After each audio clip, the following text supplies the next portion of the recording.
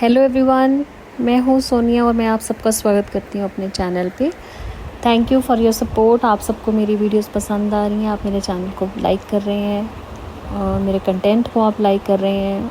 इससे मुझे ये फील हो रहा है कि whatever the hard work I am doing for preparing my presentations, for preparing my lessons, that you all are liking it. जो मेरे चैनल में अब ये मेरी वीडियो आप फर्स्ट टाइम देख रहे हो तो प्लीज़ मेरे चैनल को सब्सक्राइब करना मत भूलना। So let's continue with the topic classification. Classification already we have done in modeling chapter, but अब हम classification के different parameters या metrics हम जिसको बोल सकते हैं evaluation metrics, उसको discuss करेंगे। Classification बेटे मतलब होता है बांटना, ठीक है। अब बांटना अब किस चीज़ को, मैंने आपको पहले भी बताया था क्लासिफिकेशन में क्या होता है कि जो एआई मॉडल होता है वो क्लासीफाई कर लेता है डिफरेंट ऑब्जेक्ट्स को। अब जैसे राइट कॉर्नर पे आपको एक पिक्चर नज़र आ रही है, उस पिक्चर में आपको फ्रूट्स, वेजिटेबल्स, ऑयल, ठीक है, नज़र आ रही हैं, ये चीज़ें नज़र आ रही हैं। बेसिकली ये सुपरमार्केट में से ख़रीदी गई चीज़ें हैं नॉर्मली जो हर एक इंसान बाई करता है while going to the supermarket. तो इसने एआई मॉडल ने उसको क्या किया है, फ्रूट्स एंड वेजिटेबल्स को एक कैटेगरी में रख दिया है, ग्रॉसरी को दूसरी कैटेगरी में रख दिया है, ठीक है। सो अब classification usually refers to a problem where a specific type of class label is a result to be predicted from the given input field of data। अब इस लाइन का मतलब क्या है कि क्लासिफिकेशन यहाँ पे प्रॉब्लम कब क्रिएट करेगा, ठीक है, कब क्रिएट करेगा जब वो उसको आइडेंटिफाई करना मुश्किल हो जाएगा, ठीक है। अब रेड कलर का टमाटो भी होता है, रेड कलर का एप्पल भी होता है, और उसने फ्रूट्स एंड वेजिटेबल्स को एक कैटेगरी में रखा है। तो उस स्टेज पे जो हमारा एआई मॉडल है ये रॉन्ग प्रेडिक्शन दे सकता है, ठीक है। जैसे हम सबको पता है, इसका बेस्ट एग्जांपल मैं आपको देती हूँ। हम सब फ़ोन यूज़ कर रहे हैं, अपने फ़ोन में हमारे गूगल फ़ोटोज़ एक फ़ीचर होता है, ठीक है, जिसमें क्या होता है, अगर आपने कभी ध्यान से उसको ऑब्ज़र्व किया होगा, जब हम किसी भी पर्सन को सर्च करते हैं, अगर तो हमने किसी पर्सन की लेबलिंग की हुई है, ठीक है, मान लो मेरा नाम सोनी है, मेरी कोई फ्रेंड है उसका नाम आकांक्षा है, तो वो क्या करेगा, आकांक्षा जितनी भी मेरे फ़ोन में जितनी भी मेरी या मेरी फैमिली मेम्बर्स की या मेरी फ्रेंड्स की फ़ोटोज़ हैं वो पर्टिकुलर उस फोल्डर में डालता रहता है। समटाइम्स तो हम क्या करते हैं कि उन फोल्डर को लेबल कर देते हैं।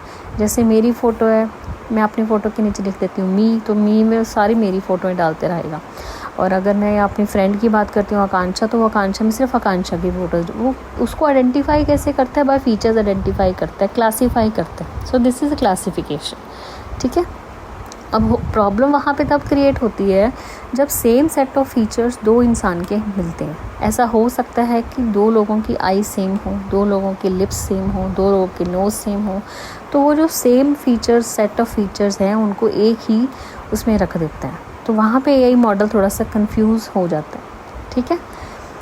तो यहाँ पे क्लासिफिकेशन प्रॉब्लम क्रिएट करती है, अदरवाइज़ क्लासिफिकेशन में कोई प्रॉब्लम नहीं है, वो डेटा को आसान कर देता है, ठीक है जी। एक आपको एक डायग्राम नज़र आ रहा है, classification in the machine learning, right side पे। तो this a very important question from the final exam point of view. अब व्हाट इज़ क्लासिफिकेशन, ये क्वेश्चन रेज होता है आपका, ठीक है। क्लासिफिकेशन का diagram, identify the diagram in machine learning, आपको ये आ सकता है। वापस डायग्राम में देखो, फर्स्ट वाली जो डायग्राम है उसमें 4 सेट ऑफ ऑब्जेक्ट्स दिए हुए हैं, yellow, blue, pink and red, right. और जो दूसरा डायग्राम है उसमें ग्रीन एंड पिंक दिया हुआ है, ठीक है। तो बेसिकली ये देखा जाए, ये सारे के सारे ऑब्जेक्ट्स एक दूसरे से अलग हैं, क्योंकि फर्स्ट डायग्राम अलग है, सेकंड डायग्राम अलग है, ये दोनों ही क्लासिफिकेशन एंड मशीन लर्निंग के डायग्राम है। So this diagram can also come in the paper, identify the diagram करके क्वेश्चन आ सकता है। तो 2 नंबर के क्वेश्चन तो मैंने आपको यहीं बता दिए, ठीक है, 2 क्या 3 नंबर के बता दिए, क्योंकि what is classification will come in 2 marks and identify the diagram will come in 1 mark, ठीक है। सो जैसे जैसे आगे हम बढ़ते जाएंगे, मैं इससे रिलेटेड क्वेश्चन भी आपको साथ साथ बताती जाऊंगी, ठीक है। अब एग्जांपल बढ़ते हैं। For example, here we are working on the vegetable grocery classified model that predicts whether the item in supermarket is a vegetable और अ ग्रॉसरी आइटम। ठीक है, ये इसकी प्रॉब्लम होगी। कहते हैं कि जो वेजिटेबल ग्रॉसरी क्लासीफायर मॉडल जो एआई ने प्रिडिक्ट किया है उसके लिए ये प्रॉब्लम हो सकती है कि सेम सेट ऑफ कलर्स को वो डिफरेंट तरीके से प्रिडिक्ट करे। ठीक है, so this is all about the your slide number 1. In next slide we are going to discuss the example. ये एग्जाम्पल बहुत ज़्यादा इम्पॉर्टेंट है, इसको अच्छे से समझ लेना, इसको कर लेना, इसका स्क्रीनशॉट लेके रख लो, इसका प्रिंट आउट लेके रखना है तो रख लो, बिकॉज ये 4 नंबर का 101% एक सेट में आया हुआ क्वेश्चन है. इसके बेस पे आपको केस स्टडी आता है बच्चे. 101% मैं आपको बोल रही हूँ. This is a very very very important email spam classification problem. Case study भी बनता है आपका इसमें से अगर आपको केस स्टडी में 2-2 नंबर में ये क्वेश्चन डिवाइड हो सकता है. ठीक है, व्हाट इज़ क्लासिफिकेशन, उसके बाद आपको 2 नंबर का केस स्टडी आ सकता है. तो डिफरेंट वे से ये एग्जांपल आपकी कवर होती है. तभी मैंने ये एग्जांपल क्लासिफिकेशन प्रॉब्लम के अंदर ली है ताकि आप इसको अच्छे से अंडरस्टैंड कर पाओ. जैसे कि आप पिक्चर्स में देख पा रहे हो, यहाँ पे गर्ल है, शी इज़ थिंकिंग. ठीक है, and she is thinking that a mail is spam और अ जंक. ठीक है, तो ये ईमेल स्पैम क्लासिफिकेशन प्रॉब्लम है. बेसिकली हमने एक ऐसा एआई मॉडल प्रिपेयर करना है जो आने वाली इनकमिंग मेल में से आइडेंटिफाई कर पाए कि ये वाली जो मेल है वो जंक मेल है या इम्पॉर्टेंट मेल है. क्लियर, उसने ये आइडेंटिफाई करना है कि जो मेल एआई मॉडल रिसीव कर रहा है वो जंक मेल है या इम्पॉर्टेंट मेल है. अब ये कैसे एआई मॉडल को पता चलेगा, कौन से पैरामीटर्स हमने उसके लिए सेट करने हैं. ठीक है, तो बेसिकली ये काम कैसे करता है, मॉडल को इस तरह से ट्रेन किया जाता है, हाउ इट वर्क्स, कि वो अपनी पास्ट ईमेल्स के बेसिस पे लेबलिंग करता है. ठीक है, जो ह्यूमन ने लेबल किए होते हैं. जैसे मान लो मुझे कोई मेल आई है, वो मेल मेरे लिए अच्छी नहीं है, या मैं नहीं चाहती कि मैं वो कोई एडवर्टाइजमेंट है या कोई लिंक है जिसके ऊपर लिखा हुआ आ रहा है इम्पॉर्टेंट. ठीक है, तो मैं उसको क्या करूँगी, जो इम्पॉर्टेंट मेल हैं जो किसी कंपनी ने सेंड किए हैं उसको मैं डिस्टिंग्विश कर सकती हूँ ना कि ये स्पैम है, ये स्पैम नहीं है. तो मशीन लर्निंग क्या करती है, एआई मॉडल क्या करता है, उन पैटर्न्स को आइडेंटिफाई करता है. ठीक है, मान लो जैसे सर्टन कीवर्ड्स हैं, लिंक्स, सेंडर नेम्स. ठीक है, these are common in spam. तो हम बेसिकली क्या करते हैं, एआई मॉडल को ये इंस्ट्रक्शन दे दी जाती हैं कि इस पर्टिकुलर मेल आईडी से अगर मेल आएगी तो वो स्पैम होगी, या जिसके ऊपर लिखा होगा इम्पॉर्टेंट वो स्पैम हो सकता है. ठीक है, या जिस पे लिखा होता है अर्जेंट वो स्पैम हो सकता है, या जिस पे लिखा होता है क्लिक हेयर या एनी ऑफ़र या एडवर्टाइजमेंट ये स्पैम हो सकता है. ये मैंने अपने एआई मॉडल को इंस्ट्रक्शन दे दिए, मतलब मैंने उसको बता दिया. अब होगा क्या, गलती कहाँ पे हुई है हमसे. Misclassification, let's say the model mistakenly classify an important job offer mail as a spam. मुझे एक मेल रिसीव हुई है जिस पे लिखा होता है इम्पॉर्टेंट जॉब ऑफ़र. अगर मैं इसको देखूं, इम्पॉर्टेंट जॉब ऑफ़र जो कीवर्ड है वो तो मैंने स्पैम में डाला है, बिकॉज मैंने अभी हमने बताया. क्यों, क्योंकि इम्पॉर्टेंट जॉब ऑफ़र की बहुत सारी हमें बाकी कंपनियों से भी डिफरेंट काइंड ऑफ जो रिसोर्सेज प्रोवाइड करते हैं, लोगों को जॉब्स प्रोवाइड करते हैं, तो वो भी तो जनरली जब मेल किसी को करते हैं तो इम्पॉर्टेंट जॉब ऑफ़र करके ही भेजते हैं.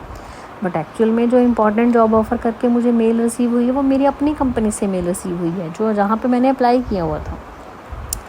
तो एआई मॉडल ने क्या किया है, उसको स्पैम कंसिडर कर लिया. ठीक है, सो हुआ क्यों है, क्योंकि हमने ही तो उसको ये बोला है कि अगर इन कीवर्ड्स की मेल आएंगी तो हमने उसको स्पैम में डालना है. राइट, सो हुआ क्या है, हमें क्या नुकसान हुआ कि स्पैम में चली गई. इसका मतलब है हमें शो ही नहीं हो रही हो इनबॉक्स में, वो चीज़ स्पैम फोल्डर में चली गई है. ठीक है, अब सेंडर को लग रहा होगा कि तुमने तो इसको देखा भी नहीं है, it means you are not interested in it. तो कंपनी जो है वो कोई और एम्प्लॉय फाइंड आउट करना शुरू कर दिया है कंपनी ने. आपको छोड़ के। सो ईमेल स्पैम क्लासिफिकेशन, ये तो एक बेटा सिंपल प्रॉब्लम है। हम मशीन को किस तरह से इंस्ट्रक्शन देते हैं, और बेसिकली हम जो मशीन को सिखा रहे हैं मशीन वैसे ही काम कर रही है। बट होता क्या है कि मशीन तो मशीन है ना, उसमें कोई सेंटिमेंट्स नहीं है, वो किसी फीलिंग्स के साथ कुछ भी नहीं ओपन करती है, कुछ भी कोई काम की फीलिंग लेके नहीं करती है। हम जब कोई काम ओपन करते हैं, देखते हैं उसको और आइडेंटिफाई करते हैं ये हमारे लिए वर्थ है, ये हमारे लिए वर्थ नहीं है। मशीन ऐसे नहीं करेगी। मशीन तो सिर्फ उसको जो डेटा दिया जाता है उसी डेटा के बेसिस पे काम करती है। तो इसलिए ये कहा जाता है, फोर्थ पॉइंट देखो, what does this teach us, इससे हमें क्या शिक्षा मिलती है। एक जो क्लासिफिकेशन मॉडल है ये परफेक्ट नहीं है, ठीक है। It can make costly mistakes. It doesn't understand that context like a human. It just learned from the past data. If we training the data was too biased towards certain spam words, it may overreact and mislead real emails. Hopefully आपको ये email spam classification problem cover समझ में आ गया है। अब हमारी third जो slide है वो है क्लासिफिकेशन मैट्रिक्स, ठीक है। क्लासिफिकेशन मैट्रिक्स में सबसे पहला है कन्फ्यूजन मैट्रिक्स, सेकंड है क्लासिफिकेशन एक्यूरेसी, थर्ड है प्रिसिशन, फोर्थ है रिकॉल, ठीक है। एक इसमें और होता है F1 स्कोर, ठीक है। तो ये चारों के चारों जो मैट्रिक्स हैं बहुत इंपॉर्टेंट हैं। इसमें से आपको अगर मैं क्वेश्चन की बात करूँ तो क्वेश्चन बनता है कि नेम क्लासिफिकेशन मैट्रिक्स। अगर नेम पूछता है तो आप सारे नाम बता दोगे। अगर आपको what is confusion matrix, what is classification accuracy, what is precision, what is recall, अकेला इंडिविजुअली भी आ सकता है आपको 2 नंबर में। आपको पर्टिकुलर वैल्यूज़ दी हो सकती हैं, उसमें से आपने फाइंड आउट करनी है वैल्यू। कन्फ्यूजन मैट्रिक्स का टेबल क्रिएट करना है, वो भी आ सकता है। उस टेबल के बेसिस पे आपने accuracy, precision, recall, F1 score find out करने, वो आ सकती हैं चीज़ें, ठीक है। ये सारी जो चीज़ें हैं ये मॉडल को इवैल्यूएट करने के लिए हैं कि जो मॉडल हमने तैयार किया है क्या वो सही आउटपुट दे रहा है, क्या वो डिज़ायर्ड रिज़ल्ट दे रहा है, ठीक है। हमारी आज की वीडियो में हमने सिर्फ इतना ही डिस्कस करना है, क्योंकि confusion matrix, accuracy, precision, recall ये अपने आप में बड़े लेंथी टॉपिक हैं। लेकिन इन टॉपिक को डिस्कस करने से पहले हमने कुछ इम्पॉर्टेंट पॉइंट्स को जानना है, जैसे TP, FP, TN, FN। तो जब तक आप वो चीज़ें नहीं समझोगे तब तक आपको ये मैट्रिक्स आपको सॉल्व करने नहीं आएंगे। तो हमारी मिलते हैं हम नेक्स्ट प्रेजेंटेशन में, जो कि continuation of classification matrix. Thank you for watching बच्चे। मिलते हैं नेक्स्ट प्रेजेंटेशन में, continuation of this classification series. तब तक के लिए बाय बाय।